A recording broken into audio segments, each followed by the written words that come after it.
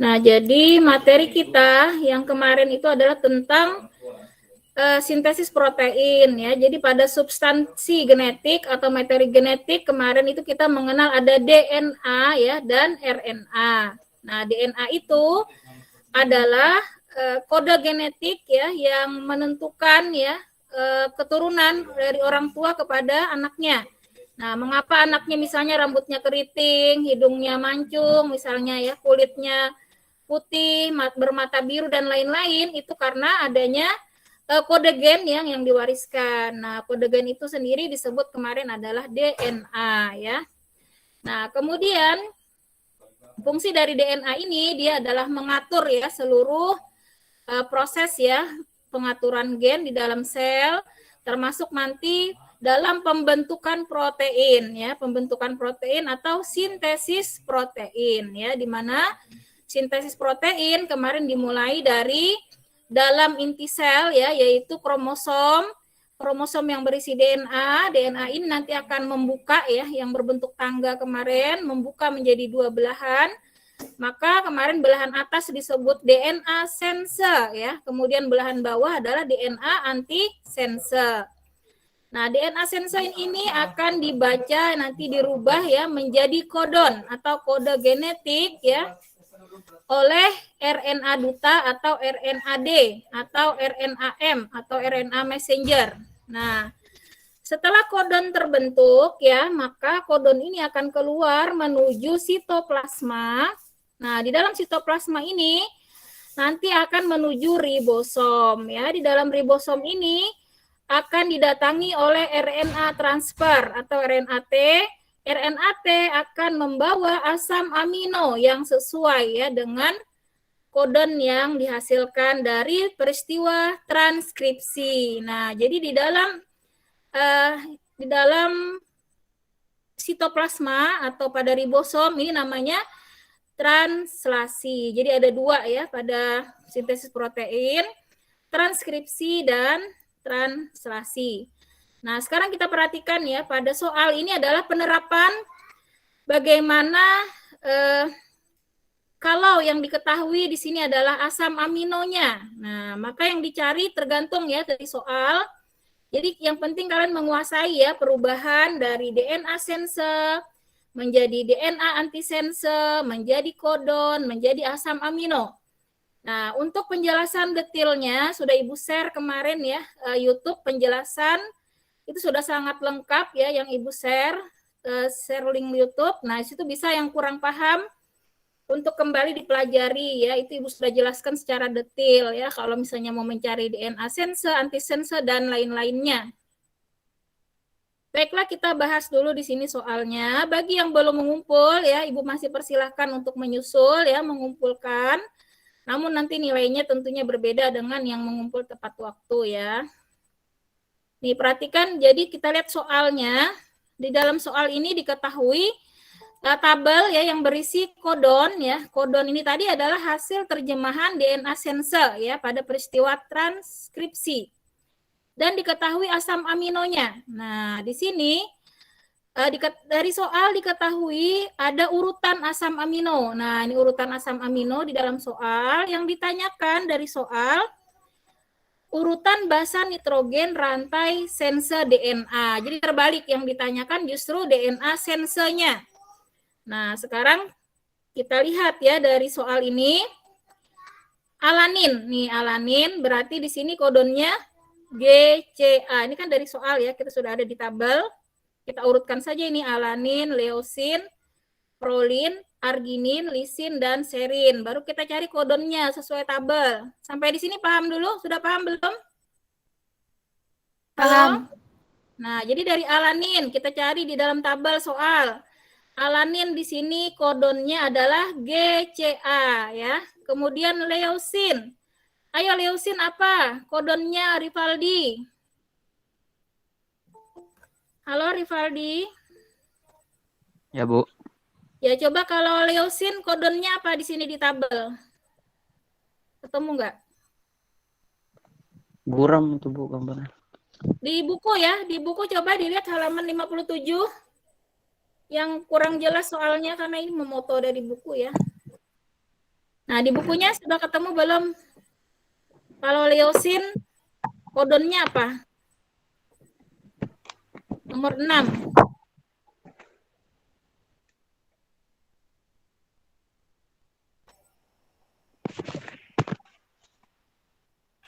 Sudah dibuka bukunya Rivaldi? UUA. UUA, Bu. UUA ya, berarti betul sudah ya ini ya. Coba Solehudin. Lisin, apa lisin? Kodonnya lisin. Lisin, Bu. Ya. Lisin AAA, Bu. Nah, ya ini berarti udah betul ya. Ini sudah kita cek ya. Ini jadi kita sudah tahu dari soal ya. Ini soal kita buat saja tabel begini biar gampang. Kita cari dulu kodonnya.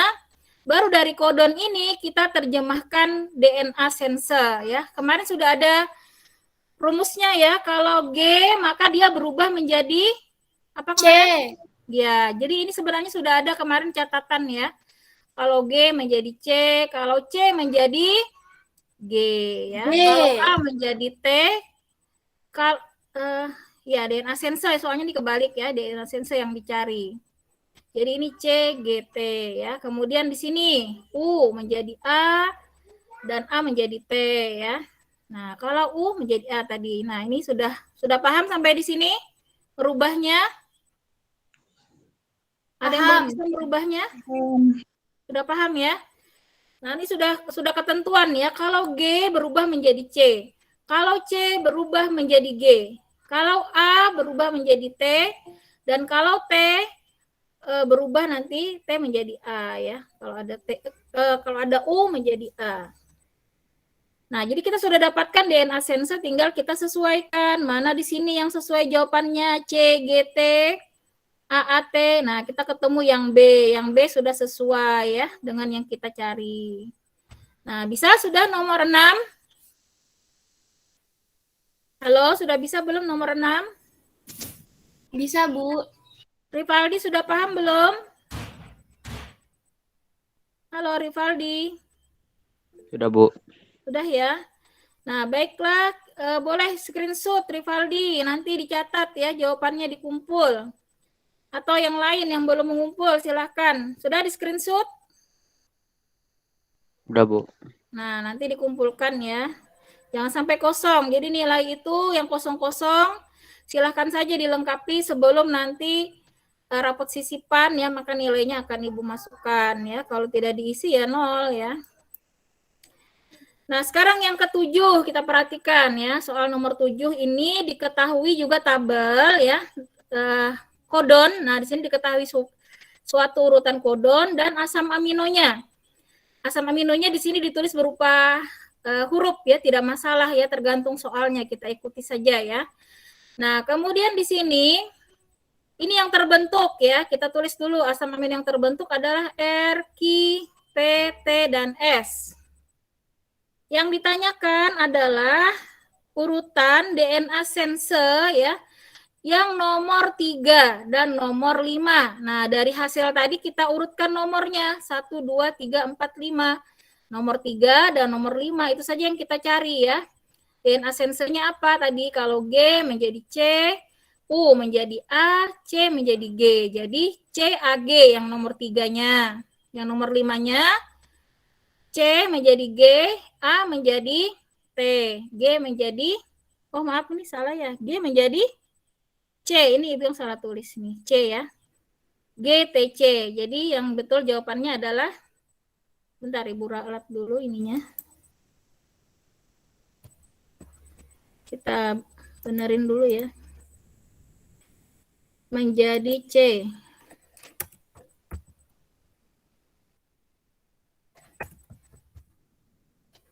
Nah, ini ya. Jadi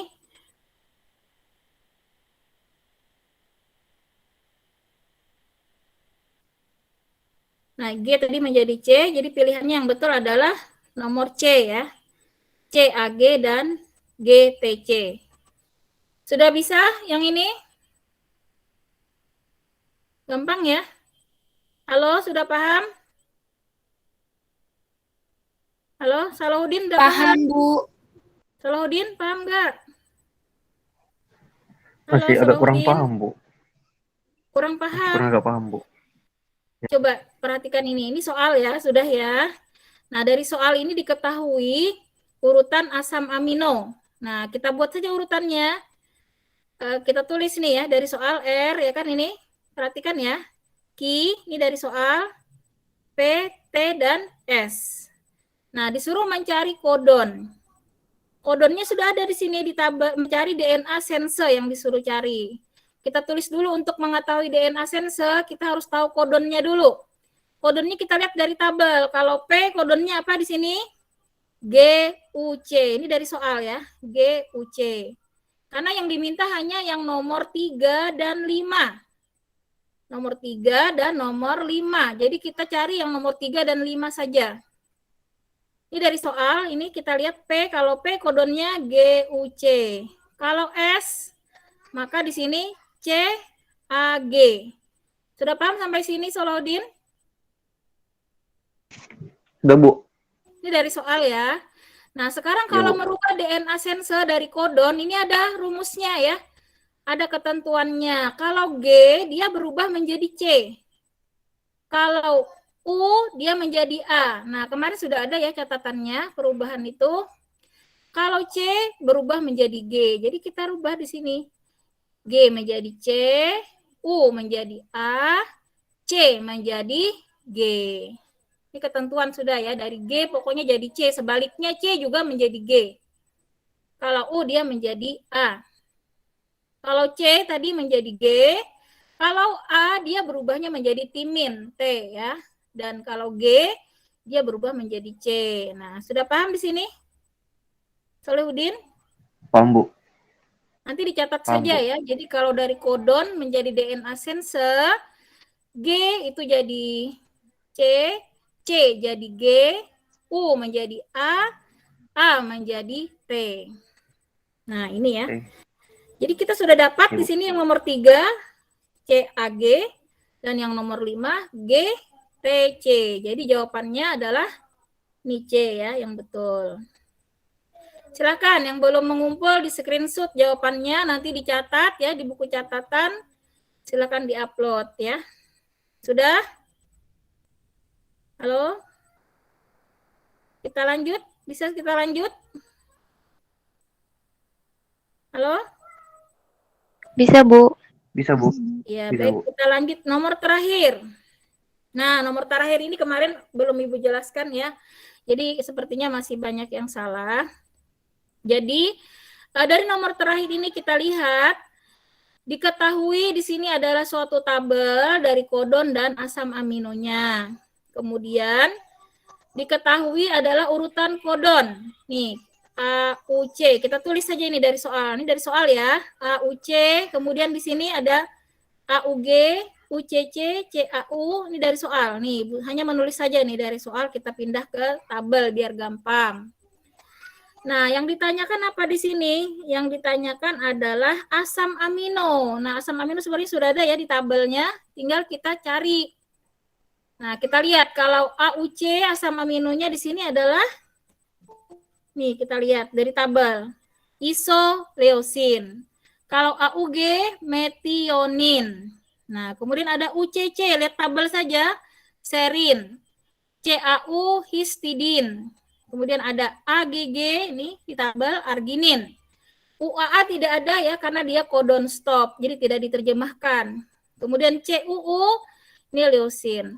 Tapi untuk jawabannya nih perhatikan ya. Jadi ada ketentuan asam amino ini ya dari kodon ini akan diterjemahkan kalau bertemu kodon start.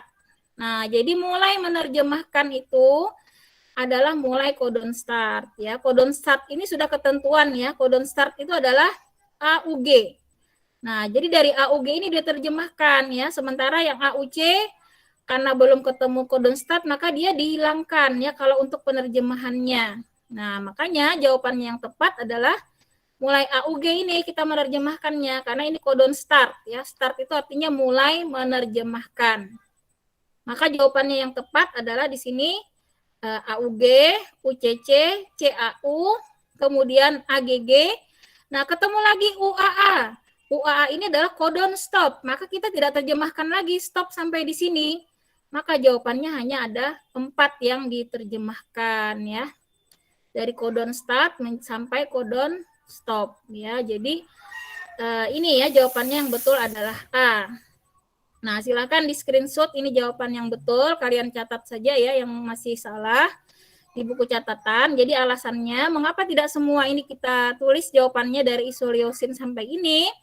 Karena aturan penerjemahan asam amino itu dimulai dari codon start. Ya, codon start itu adalah AUG.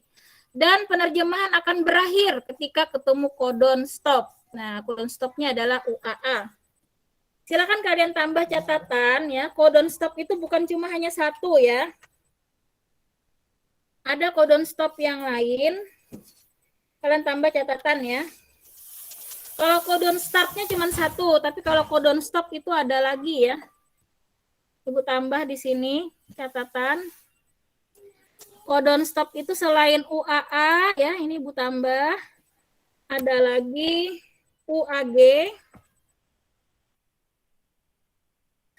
Dan ada lagi satu lagi UGA. Nih, ini codon stop. Jadi kalau ketemu codon ini, maka penerjemahan berhenti ya. Sementara kalau codon start cuma satu, AUG saja. Nah, silakan ini di screenshot ya untuk tambahan catatan.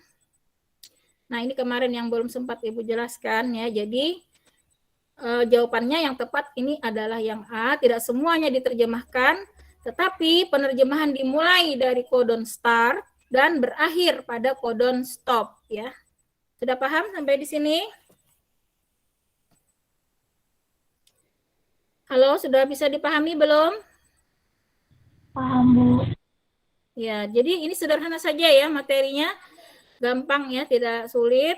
Di soal bisa berlatih lagi.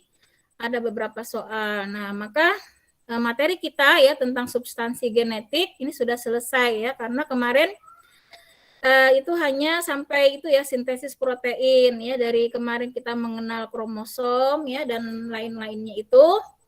Nah, itu fungsinya supaya paham ya peristiwa sintesis protein atau pembentukan protein di dalam sel. Nah, di mana kita sebelumnya sudah mempelajari pembentukan energi ATP ya melalui respirasi seluler. Nah, pada materi kemarin itu kita mempelajari tentang pembentukan protein atau sintesis protein. Nah, demikian ya materi kita sudah selesai untuk sintesis untuk materi genetik. Ada yang mau bertanya dulu sebelum kita memasuki materi selanjutnya? Halo, ada yang mau bertanya? Sudah jelas? Halo? Sudah jelas atau belum? Halo, masih kedengaran suara Ibu? Jelas, Bu, jelas. Ya, baik ya. Kita lanjut ya materi berikutnya.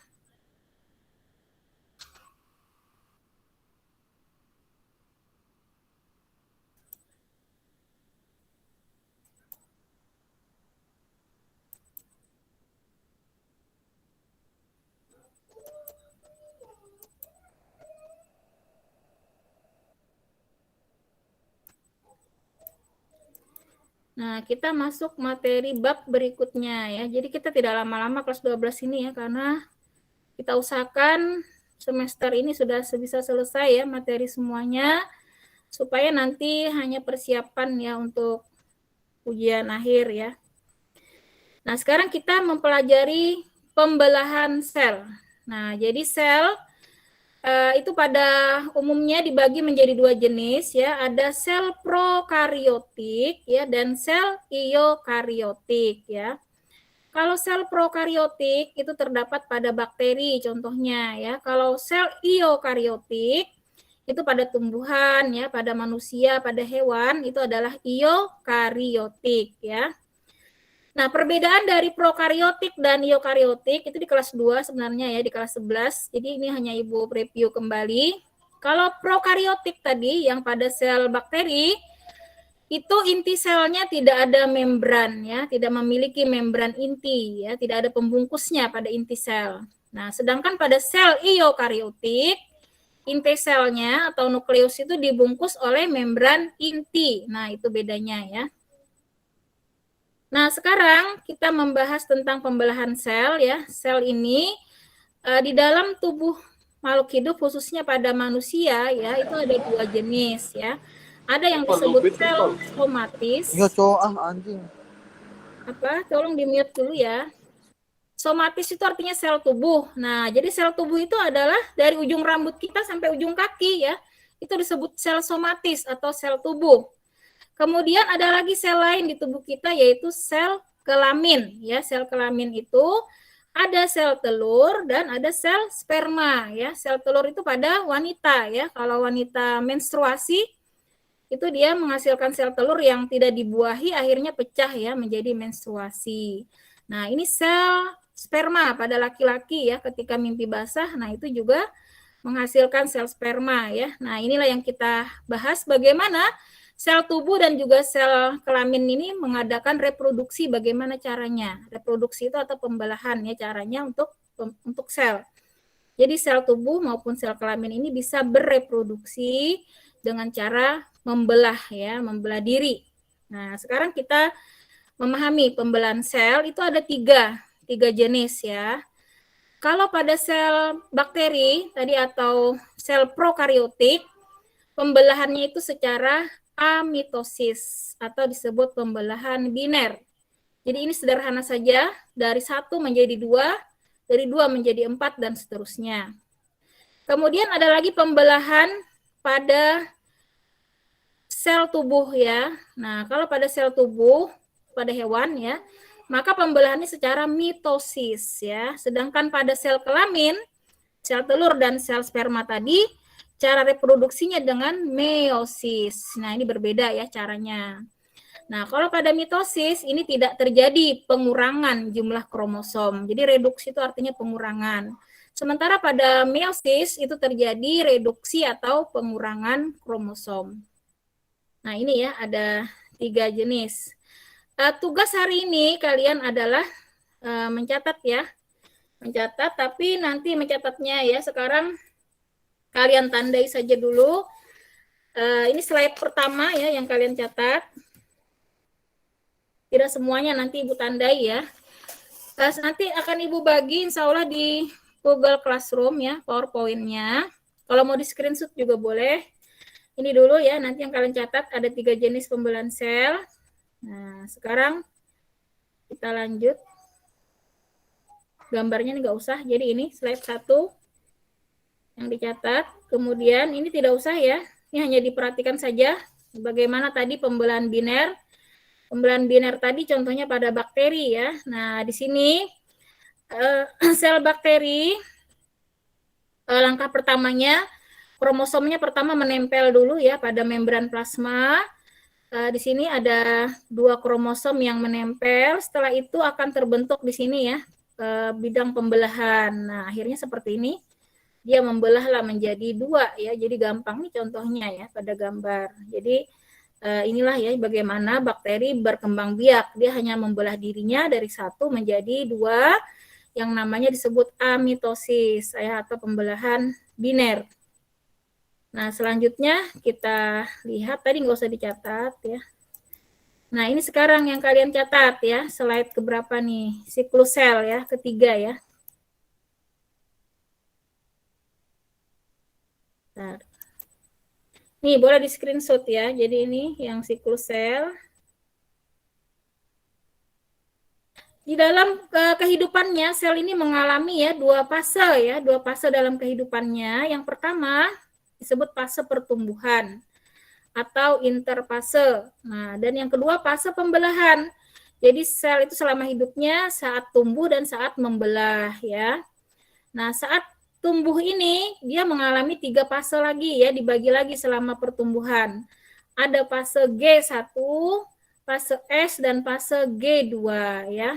Nah, fase G1 ini pertumbuhan pertama, fase S berarti fase sintesis, pembentukan, dan fase G2 adalah pertumbuhan kedua ya. Nah, jadi fase kedua ini nanti siap-siap untuk melakukan pembelahan ya. Ibaratnya kalau kita manusia itu juga kan ada ya fase misalnya anak-anak, remaja, dewasa. Nah, kalau sudah dewasa, maka mengalami namanya menstruasi yang perempuan ya, yang laki-laki itu adalah mimpi basah. Nah, itu disebut dengan itu tadi ya, berarti dia terjadi proses matang ya, pematangan atau balik ya kalau dalam Islam.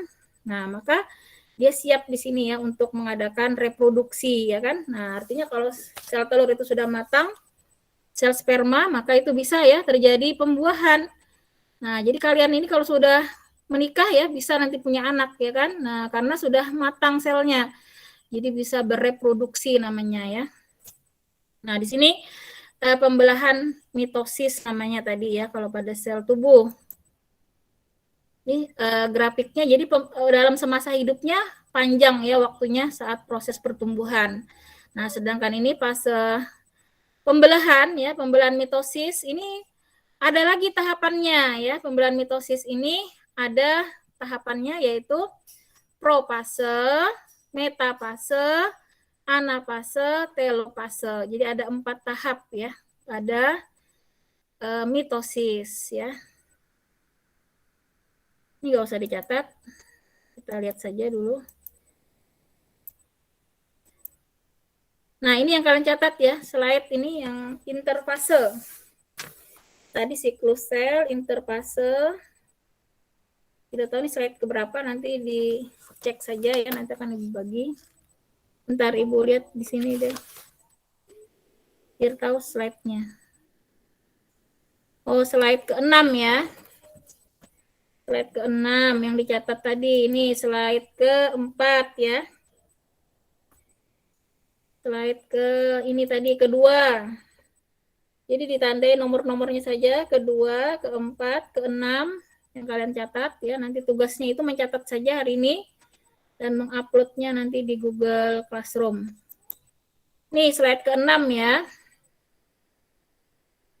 Interfase ini tadi terjadilah replikasi DNA. Nah, DNA-nya mengalami replikasi atau reproduksi sama sebenarnya ya. Jadi DNA dari 1 menjadi 2 ya. Dia juga menghasilkan ibaratnya turunan ya, keturunannya dari 1 menjadi 2. Nah, kemudian setelah replikasi DNA selesai, maka siap-siap melakukan pembelahan tadi ya.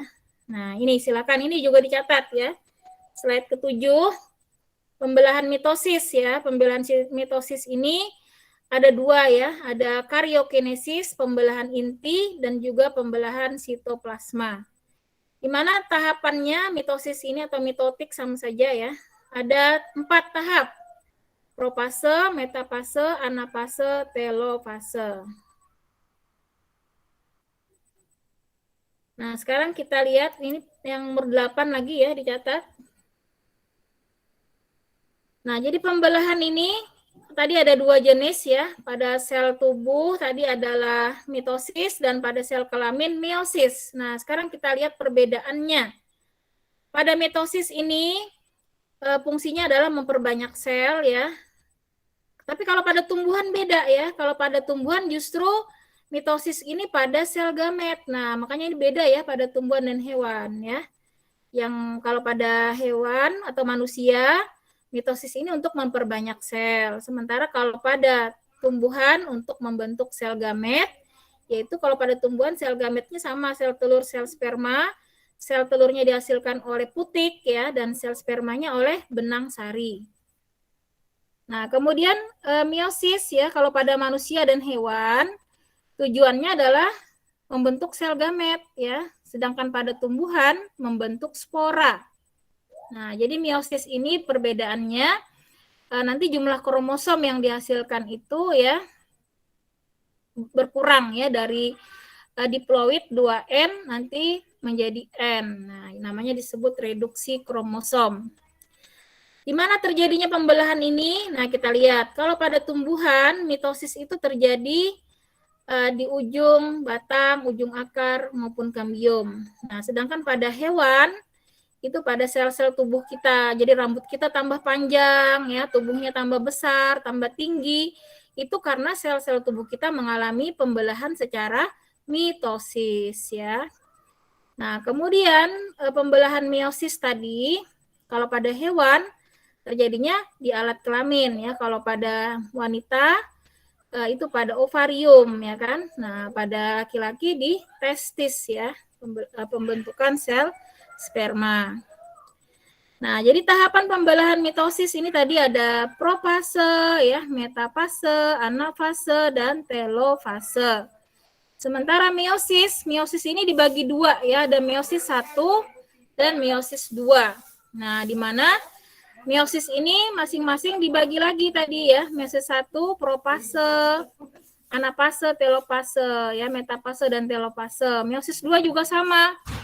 Jadi mengalami 2 kali pembelahan ya untuk meiosis. Nah, sehingga hasil anakannya kalau yang mitosis itu memiliki jumlah kromosom yang sama dengan induk, sedangkan meiosis jumlah kromosomnya adalah setengah dari induknya. Ini dicatat saja nanti ya. Ya, yang dicatat itu ya, kemudian sampaiin saja, tambah 2 slide lagi ya. Tambah slide 9 dan 10 selesai ya catatannya, hanya itu. Ini kita lihat yang slide 9. Ini tadi perbedaannya ya, kalau mitosis tadi pada sel somatis atau sel tubuh.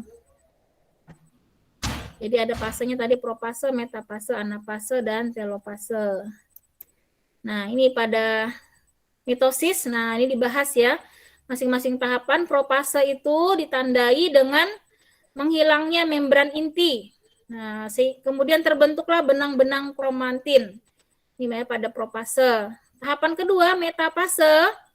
Metafase ini kromosomnya berderet di bidang ekuator. Nah, sedangkan anafase kromosomnya bergerak menuju kutub ya, dan terakhir telofase terbagilah 2 sel anakan. Jadi biasanya soal-soalnya ini bisa disajikan gambar, bisa juga disajikan ciri-ciri. Nah, jadi ini ya. Ini adalah profase tadi hilang ya, membran intinya menghilang. Dan yang metafase ini, meta itu di tengah-tengah ya. Jadi fase saat kromosomnya berada di bidang ekuator. Ini metafase, ciri khasnya semuanya berkumpul di garis tengah ini ya. Sedangkan anafase ini kromosomnya sudah mulai menjauh ya, masing-masing menuju kutub. Nah, jadi kromosomnya ada yang ke kutub sini ya, atas, ada yang ke bawah, masing-masing memisah sampai akhirnya terjadilah di sini pembelahan sel ya, selnya menjadi 2. Nah, inilah tahapan pembelahan mitosis yang terjadi pada sel tubuh ya manusia. Nah, ini juga ada gambar lainnya. Sama saja ya. Nah, beda dengan tadi meiosis ya. Meiosis ini 2 kali ya, sama seperti tadi, profase, metafase, anafase, telofase, tetapi 2 kali peristiwanya, sehingga hasil anaknya nanti jadi setengahnya, jumlah kromosomnya ya. Nah, kemudian ini ada lagi istilah gametogenesis ya. Gametogenesis ini adalah proses pembentukan gamet ya. Proses pembentukan gamet atau sel kelamin ya. Kalau pada hewan jantan atau pada laki-laki, nama prosesnya disebut spermatogenesis atau pembentukan sel sperma. Kalau pada wanita namanya disebut oogenesis atau pembentukan sel telur atau ovum ya. Nah, jadi kita perhatikan pada gambar di sini. Sel sperma ini seperti ini gambarnya ya, seperti apa namanya, kayak berudu ya, berudu yang katak itu kalau yang pernah lihat, tapi ada ekornya ya seperti itu. Nah, jadi di dalam testis ya, ini terjadilah proses ini ya, pematangan sperma. Pematangan dari dia pertama adalah spermatogonium ya. Spermatogonium nanti akan membelah menjadi spermatosit primer ya. Setelah itu membelah lagi menjadi spermatid. Nah, spermatid ini membelah lagi nantinya menjadi ini ya, sel sperma atau spermatosit ya. Nah, jadi dari 1 nanti akan menjadi 4. Makanya ya sekali kalau laki-laki itu namanya ya ejakulasi ya, ketika mimpi basah itu sekitar 250 ya juta ya. sel sperma yang dihasilkan. Jadi sekitar 2 sendok makan itu ya, banyak sekali ya. Nah, ini nanti akan, makanya dia punya ekor, ini dia akan bergerak ya menuju sel telur kalau terjadi pembuahan ya. Nah, jadi manusia itu diciptakan betapa unggul ya, karena sel telur itu cuma satu anak-anak nih, kita perhatikan bedanya ya. Kalau sel telur dari satu ya oogonium kemudian menjadi oosit primer dan dia berubah menjadi oosit sekunder. Nah, kemudian dia akan membelah lagi ya, tapi yang apa namanya? Yang dihasilkan itu cuma satu. Sedangkan yang lainnya nih akan namanya mati ya, terjadi kematian. Nah, makanya sel telur itu 1 bulan sekali ya, umumnya wanita itu hanya menghasilkan 1 sel telur ya.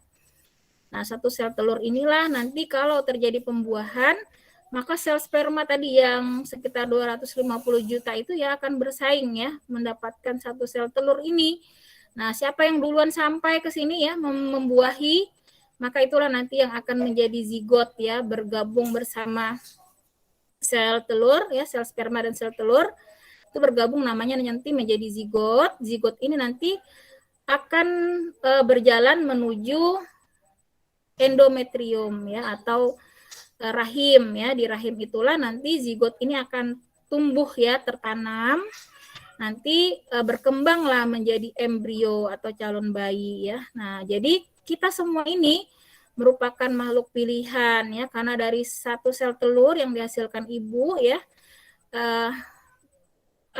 dia bersaing ya, sel sperma yang 250 juta tadi ya, bersaing untuk mendapatkan 1 sel telur itu, maka benar-benar bibit unggul sebenarnya. Jadi semua kita manusia itu diciptakan punya keunggulan ya. Nah, karena itu jangan pernah kita sia-siakan ya kehidupan kita ya. Kita bersyukur sekali dikaruniakan Allah kehidupan, terpilih ya menjadi orang yang terlahir di dunia, itu berarti makhluk pilihan ya, yang luar biasa mendapat keistimewaan dari Allah. Jadi setiap individu kita itu istimewa anak-anak ya. Nah, karena itu jangan pernah kita sia-siakan ya. Tujuan kita diciptakan Allah ke dunia itu diantaranya adalah sebagai khalifah fil ard ya, kita diperintahkan Allah untuk menjadi pemimpin di dunia ini. Bayangkan nih, manusia inilah yang disuruh berkuasa terhadap dunia, sementara makhluk lain ya, tumbuhan, hewan dan lain-lain itu diperintahkan Allah untuk melayani ya keperluan manusia. Dalam rangka apa? Nah, tetapi manusia disuruh hidup itu ya, di samping memimpin dunia rahmatan lil alamin, tugas utamanya adalah beribadah ya, kata Allah, wa ma khalaqtul jinna wal insa illa liya'budun. Jadi kita itu betapa istimewa ya, karena dengan beribadah itulah nantinya kita mempunyai bekal ya, bekal untuk menuju akhirat. Kalau kita tidak melakukan ibadah di dunia ini, tidak menanam kebaikan maupun amal soleh, maka kita tidak akan bisa memanen di akhirat sana ya. Nah, jadi disinilah maka